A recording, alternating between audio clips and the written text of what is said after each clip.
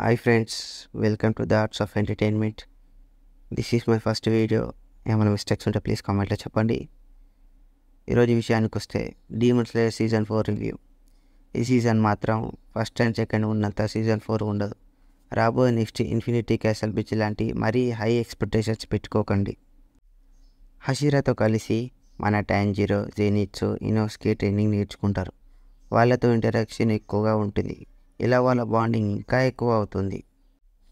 మొత్తం ట్రైనింగే కాకుండా హిమజిమ అదేనండి మన the stone Hashira the backstory వస్తుంది. నాకు పర్సనల్గా హషీరాలో ఏదో గ్రేట్ బ్యాక్ స్టోరీ అనిపించింది. మీకు ఏ బ్యాక్ స్టోరీ బాగుంది అనుకుంటున్నారు కింద కామెంట్స్లో చెప్పండి.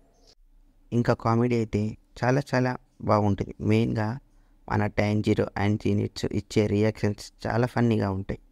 హషీరాస్ ట్రైనింగ్ టైంలో ఈ సీజన్లో జస్ట్ 8 ఎపిసోడ్స్ మాత్రమే ఉంటాయి.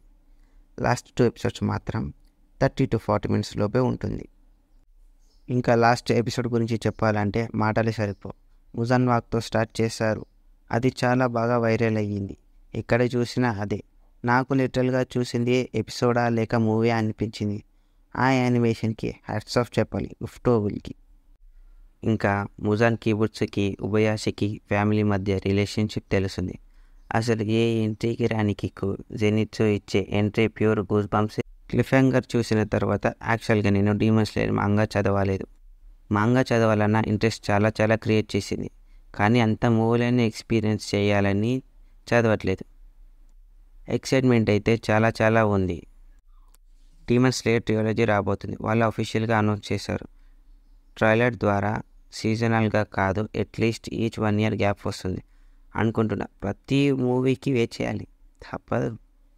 నెక్స్ట్ ఇన్ఫినిటీ క్యాసల్ ఎమోషనల్గా ఉండబోతుంది. ఇంకా డిసప్పాయింట్ అయ్యే ఛాన్సెస్ కూడా ఉన్నాయి. అండ్ బ్యాటిల్ మాత్రం వేరే లెవెల్గా ఉండబోతుంది.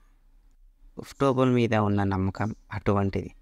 మరి జుజుట్సు కైసన్ సీజన్ 2 లాగా ఇంకా ఎన్ని డేట్స్ చూడాలో ఏంటో. మీకు కనుక నచ్చితే లైక్ చేసుకోండి, షేర్ చేసుకోండి, సబ్స్క్రైబ్ చేసుకోండి.